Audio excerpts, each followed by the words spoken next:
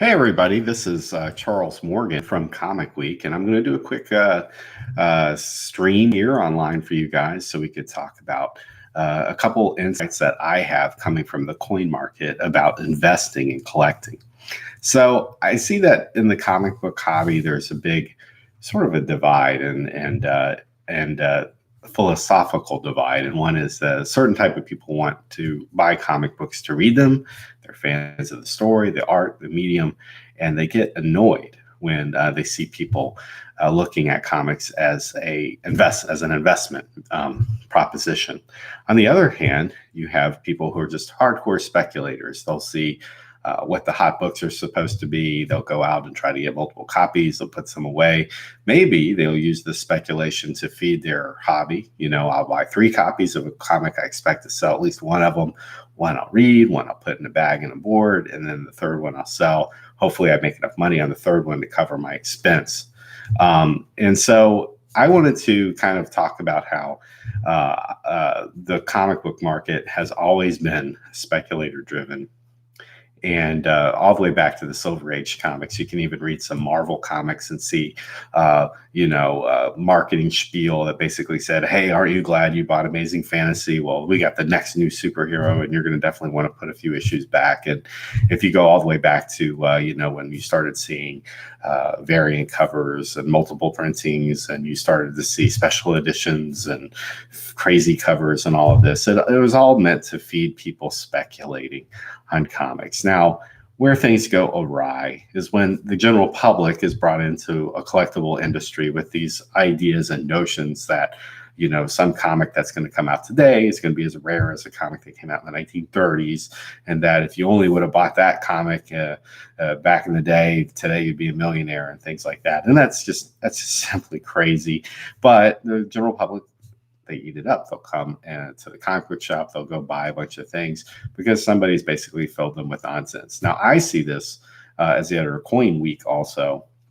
In coins all the time, you'll see rare penny from 1943, and copper sells at an auction, and the auction companies put out a press statement saying that the coin sold for $250,000 or $500,000, and then all of a sudden my phone rings off the hook because people think, hey, I have scores of these coins in my jar of pennies, and now I'm rich, and please tell me what I do to get my money. And it doesn't work that way, because you don't have a rare coin, and you probably don't have a rare comic book. If you're somebody who's gone to a comic book store and you pay $3 or $4 for something, you take it home, it's probably not rare, because you would never have had a chance to buy it if it was. So the first thing I want to talk about, getting into what speculation type or collecting for investment is if you're collecting comic books for an investment, you're probably better off not buying things based on whether you like them. Take emotion out of the picture and do just hardcore analytics and look at the markets and try to predict where the markets are going to be and get positions where you can make money. Very difficult to do, because comic books, like many collectible fields, are highly illiquid, which means that at any given time, there's a few players in the market for the ultra high-end things. And then the rest of the stuff, the widgety kind of comics, it's difficult. You may have to wait 6 months, 8 months, a year to sell, an albedo anthropomorphics 2 and 9.2 or something like that. Just there simply isn't enough people out there always wanting the comic who will go buy it for you at the price that you think is fair, based on your cost of acquisition, your perceived scarcity and value of it, and your grading fees. Now, on the other hand, I think if you're a collector, I think preservation of the object is tantamount to collecting. Like I said, I collect coins, I've collected stamps, I collect books, and always thinking about condition. And so when it comes to condition, I think that the slabbing services offer a great product. For instance, right here, I have a Daredevil 63, which we'll probably end up giving this comic away in a couple weeks. And so this comic is in an 8.5 with off-white to white pages. And so I don't look at this as something that is something you should be reading anymore. I think it should be preserved. So now it's an object. It's sort of a product that is being preserved, as opposed to a comic that you take out of a bag and you read through and you flip through and you look at the art. There are probably other ways to read this comic book now, and you don't need the actual physical copy. Saving it in 8.5 makes sense to me. Now, I didn't pay the grading fees. I bought this on the secondary market, and I don't know if we paid $60 or $70 for it, but if the grading fee was $30, and this is a guess, then that means that you take the cost of the book plus the grading fee, and then whatever is left for the seller minus their fees is their profit. So there's not a lot of profit in a book that has been around since the 1970s, and that's just a fact. So for every Daredevil out there that gets preserved at 8.5 or 9 or higher, there's scores of comic books that were released around the same time that just aren't as interesting. I bought this because I love the art. I love the beautiful cover design. Daredevil is a classic character, not necessarily one of my favorites, but I always liked the way they look. Another comic, this is a 9.2 X-Men. And I bought this issue number 164 from 1982 off of Heritage Auctions out of Dallas, Texas. This comic cost about $20 plus shipping and handling. So I think my total spend was in the maybe $36 or $38. Now, you can go buy this book. You probably pay $2, $3 for a nice copy, maybe even as good as 9.2. And so you could say to me, Charles, if you spent $30 too much on that comic, you might be right. For your taste, it might be completely right. For me, again, we're going to give this comic away, so it's not for my personal use. But for me, the idea, if you have a comic with crisp art from any period over 20, 30 years old that is preserved in a holder, that's tamper-proof, it's sturdy, and I think that they're worth preserving. I believe in slabbing as a way of preserving comics, not necessarily as the ultimate arbitrage-making thing in the market. Because at this point, slabs don't have enough market penetration to prove over a long period of time that the arbitrage is going to remain. Now, when I think about modern comics, which is I think where a lot of the slabbing is going to end up going, because that's the way it goes in coins. With modern comics, essentially anything that's under 9.8 is considered subpar, which means that for the grading services, you have a terminal grade, which is the lowest grade a comic can grade and still be profitable for the submitter. The terminal grade for modern comics is 9.8. 9.9 is a profitable grade. And of course, 10, which is very rare, is the ultimate grade. The way the pricing of this stuff works is that for every 10 that gets made, the price decreases until you reach a certain threshold where the comic is more or less affordable. And 9.9, the same thing works. And then once you get that terminal grade, anything below that will probably only be worth what the submission cost is. So when you're looking at slab comics and you're thinking about getting the comics graded yourself, you have to look at what the terminal grade is. What is the minimum grade that you can get on that comic and still have a profitable expense when you're submitting it? Now, when it comes to collecting is different than submitting. My advice is that on comics that aren't necessarily rare, but that you have an attachment to and that you would like to have a slab copy, I've seen advice on the internet that says, for modern comic, and let's just say 1980 to the present, don't buy anything below 9.8. I think that's horrible advice.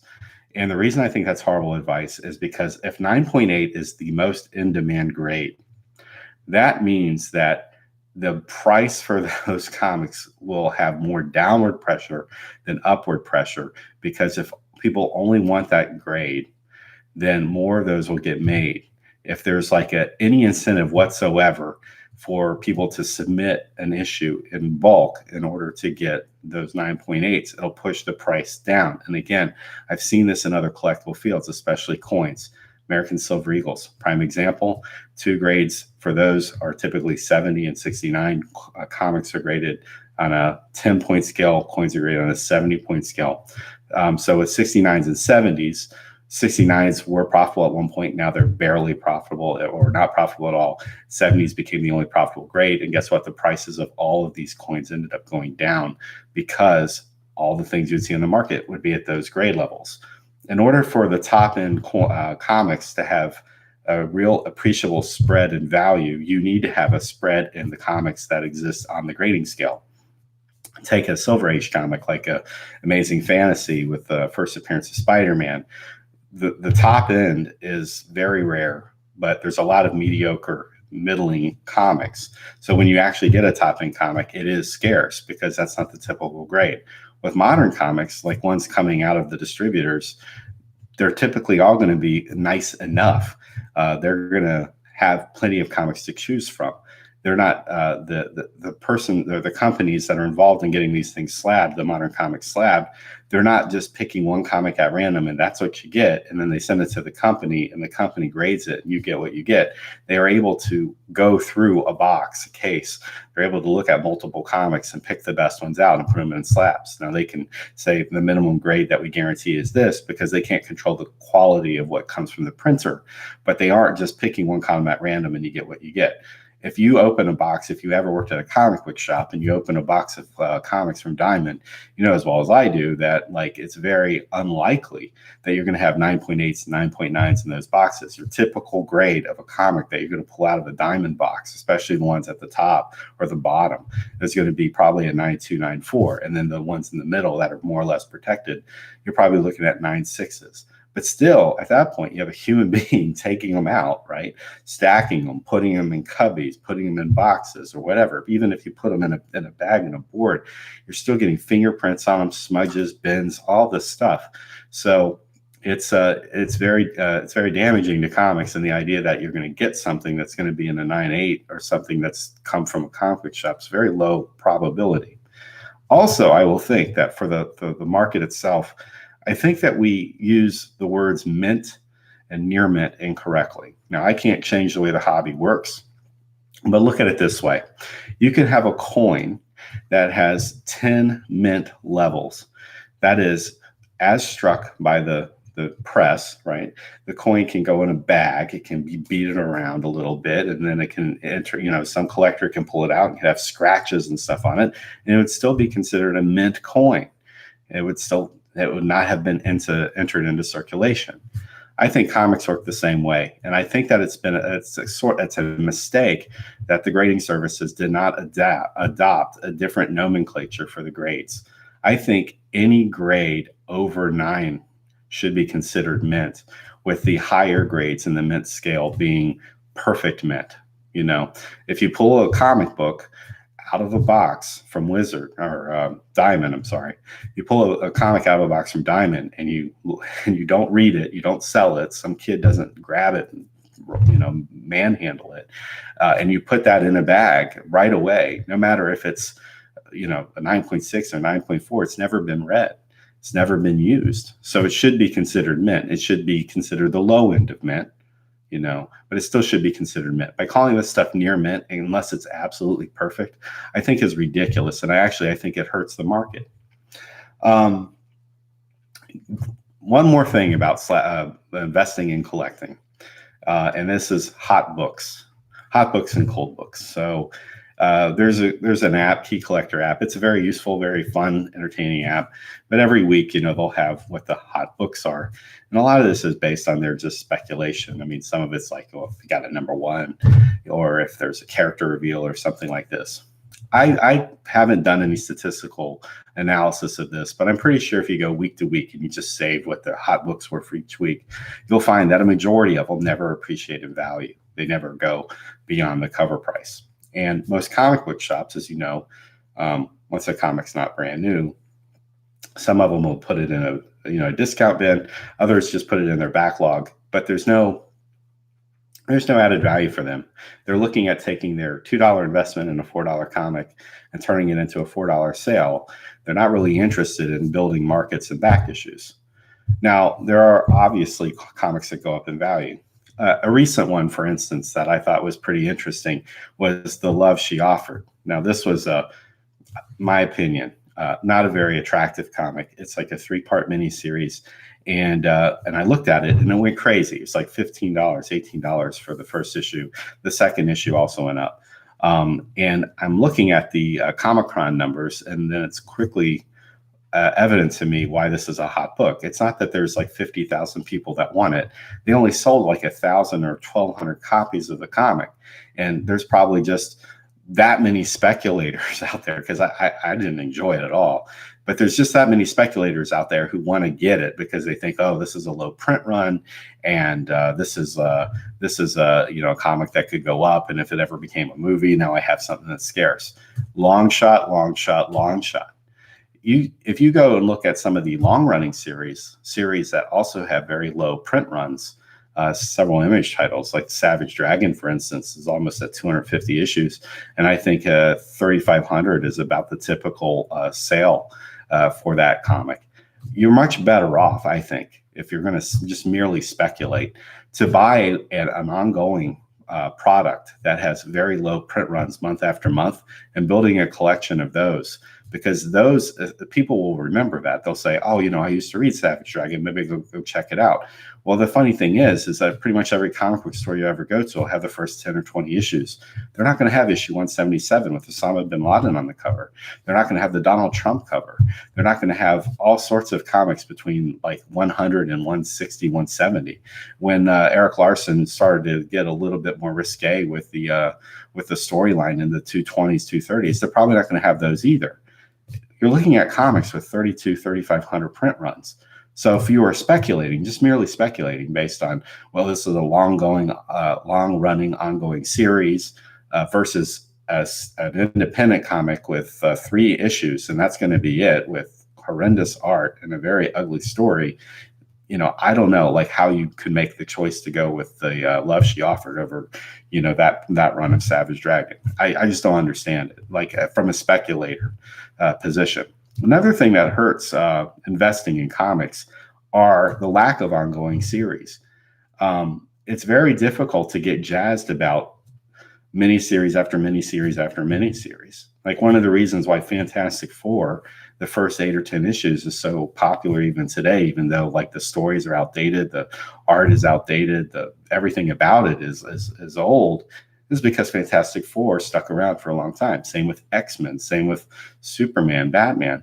You can look, the comic book history is riddled with comics that started, had a couple issues, went away, and nobody remembers them. So we are in a situation now where the way the industry functions, the fact that there is no built-in apparatus for comic book stores to build markets for mature titles that have been in the market for years, outside of like some crazy thing happening in the story, or some ultra promotion of it, speaks poorly of the investment quality of the product. They continue to funnel out number ones and special issues and money grab types of products, but they're not finding ways to keep audiences engaged or build audiences on titles that they already have out. Easier for them to start X-Men all over than to have X-Men number 392 out there. Easier for them to do the same thing with any other series you've read. And when you look at the like I said, the numbers of the comics that get ordered by retailers, it typically follows this pattern. First issue will sell double what the second issue orders. The retailers will order the second issue usually before the first issue has arrived, the way the ordering system works. They'll order more of the first issue because they know there'll be demand. You won't actually see their orders react to the demand until the third or the fourth issue. And then if you just follow it, most series will go from 27 to 21 to 17 to 14 to 11 to 10 to 9. And that's the way it goes, because there is no built-in system for comic book retailers to be protected from comics that don't sell. In most cases, they're not returnable. So they'll buy them based on their subscribers. Whatever the pools are, they'll buy those and they'll buy a couple extra. Also, the way they do these incentive labels, 1 in 25, 1 in 50, 1 in 100, not very friendly for the retailer. And you might think they would be, because like a savvy retailer would get a 1 in 25 or 1 in 50 variant and sell them for more money. But not every comic book shop does that. In fact, Alpha doesn't do that. Instead, what they're left with is the decision to do good customer service when they do get the incentive covers, to give them to their better customers or customers who request them ahead of time. But then that leaves other customers out. So I think it would be better for these for this type of marketing, if you're going to sell retailer incentives to try to get them to buy more comics, to give the retailers an option to get them, through either paying more money for them, or to, you get 1 in 25, you get it for the normal price. But if you want to buy one outright, we project that we're only going to do 2,000 of them. Therefore, it's $40 or whatever it would be, to make sure that the comic book retailer has the opportunity to sell those to the collectors that want them without having to overbuy and flood the market with unnecessary comics. Remember, anytime there's a high-end retailer incentive, that means comic book stores are buying more product than can be consumed by the market in order to get you that cover, which hurts you in the long run, because now people have an option. It's like, well, do I want to buy that 1 in 100 Psylords cover? I didn't really like, I can get Psylords for $2 in the discount bin. And that's the way that the distribution model, I think, needs to be tweaked and improved. Another thing, and this is the thing that I think is the most important thing, and I'll close on this. When we think about speculation and buying comics as an investment, ask yourself, how easy is it for you to liquidate your comics for profits? Now, you can sell on eBay, and eBay will take their fees. And if you're set up pretty reasonably well, it's not difficult to get a good camera, take a photo of your comics, sell it on eBay, write the descriptions. It's all labor intensive, but it's not difficult. And I trust eBay. I've purchased probably about 3,000 things off of eBay, and I've never been burned to the point where like eBay hasn't even either refunded my money or I haven't gotten what I wanted at the end. Also, I don't buy stupid things on eBay. I don't like take chances. I don't believe in things that are too good to be true. But you have that. So you always have the ability to sell online. You should always look at like what things are selling for, though, before you think about investing. Because like a hot book like this recent Marvel Comics 1000 with the Mickey Mouse cover, I guarantee you that we have seen the peak value of those books around $200. And it's just going to be downhill from there, because unless the comic goes up in value on a steady basis, no one's going to continue to invest in it. And that's the thing. Things have to continue to go up in value to appreciate, for people to continue to buy in. Once it becomes a stale product, it's been out on the market for a while, the buzz has died off. You're going to see fewer and fewer people who say, I want to put a lot of capital into that comic and sit on it, instead of just buying the next hot thing that comes out. So you have a very short window. You have to be one of the first 8, 10, 15 people to list something, right, to sell it. That should be a red flag. The second red flag is, what would your local store pay for a hot book? I think I have fairly good taste. In my box in the last few months, I bought first printing of Die #1. I've got the retailer incentive, the hot incentive variant for Dark Age #1, which I picked up in Rocky Mount, North Carolina. They just had it sitting out, paid cover price for it. I have first printing of TNMT #95. I have several comics that have come out in the last few months. Could I take those comics and go to most of the retailers around my neck of the woods, which I think there's 6 or 7 of them, and get a reasonable amount of money? Not as much as maybe I'd make off of eBay, but a good amount of money.